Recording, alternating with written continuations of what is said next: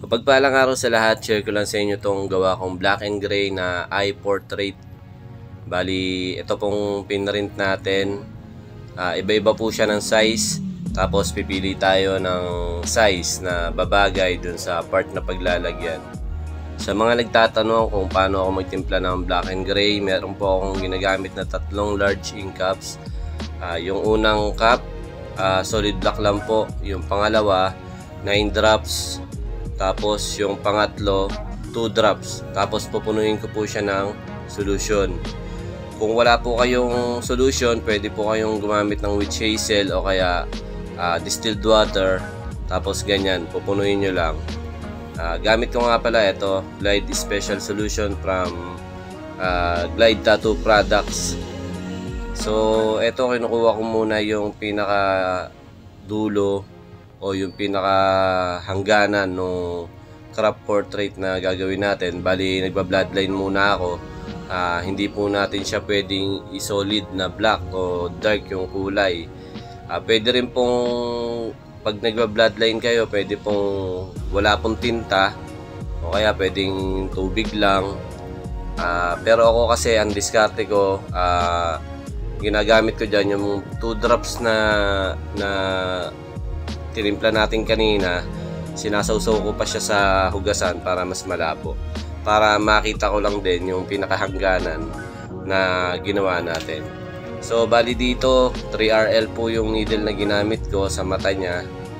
Tapos kinukuha ko muna yung shape nung mata, yung detail ng mata. Tapos mamaya po gagamitan ko naman siya ng 9 Magnum para madaya natin yung pagka-solid nung nilinya natin na 3RL. Tapos dito sa kilay 3RL lang din po yung ginamit natin. Tapos kung saan po nakagawi yung kilay niya, ganun lang din po yung ginagawa ko. Ginagaya ko lang po kung ano yung nakikita ko dun sa ginagaya ko. Bali kung pakaliwa po yung paggawa ko ng kilay. Kung pasalubong naman, pasalubong din po yung ginagawa ko. Kung pababa, basta ganun po. Kung ano yung nababasa nyo doon sa kinokopya nyo, yun po yung susundin natin para po hindi tayo maligaw. So yun na nga yung sinasabi ko kanina, yun sa mata niya. Ginamitan ko naman siya ng Magnum para mapalambot po natin yung itsura ng mata niya para hindi siya mukhang solid tignan. So dito, gamit ko naman dito sa pisngi, ayan yung sinashade natin yan, RM 15 RM po ang gamit ko dyan para malambot lang po yung pasok ng tinta sa loob. Tapos sa kulay naman, yung 2 drops natin, sinawsaw ko pa siya sa hugasan para mas mapalabo po natin ng husto. Kasi yun po yung yung nakikita kong kulay doon sa kinokopya ko po. So dito, hindi ko sinasabi na pare-pareho kami ng diskarte ng mga ibang artist. Itong sinashare ko lang po sa inyo, ito lang po yung parang diskarte ko, o ito po yung technique na ginagawa ko.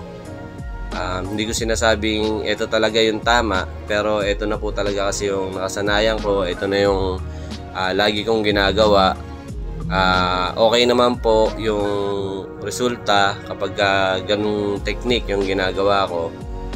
So kung meron kayong mapupulot dito sa binabahagi ko sa inyo na tutorial, pwede nyo pong gayahin. Kung meron namang hindi kayo nagustuhan, wag nyo na lang pong gayahin. Pwede kayong dumiskarte ng sarili nyong technique. Baka sakaling mas maganda yung idea nyo sa paggawa ng mga ganitong klaseng design. So ito yung pinanga-highlights ko dito, 3RL lang din po yung gamit ko.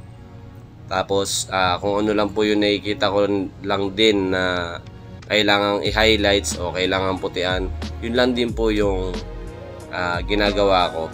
Tapos sa pag-highlights, hindi po natin kailangan ng purong white. Meron tayong kailangan solidan ng white. Meron naman po na bahagya lang yung pagka-white. Basta tandaan nyo lang lagi, pag magwa-white kayo, huwag nyo masyadong i-solid. Kung ano lang po yung solid white na nakikita nyo, yun lang po yung sa solid nyo. Kung gusto nyo naman palabuin yung white, sausaw nyo lang sa hugasan. So yun lang, maraming salamat sa panonood. Sana may naibahagi ako sa inyo maiksing kaalaman. Pa-subscribe ng ating YouTube channel. That's Larpe Tattoo ang name ng ating channel. Hanggang sa mga susunod na video tutorial, maraming salamat.